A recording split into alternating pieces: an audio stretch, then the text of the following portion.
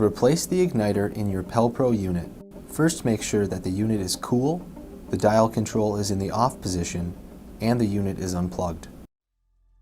Next, remove the right side panel and unplug the wire leads to the igniter. Remove the screw in the top of the igniter chamber. Pinch the ends of the bracket together to pull the igniter straight out of the igniter chamber.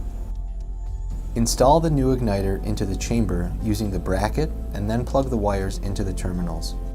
Inspect the igniter from the front of the unit by removing the fire pot and looking into the end of the chamber.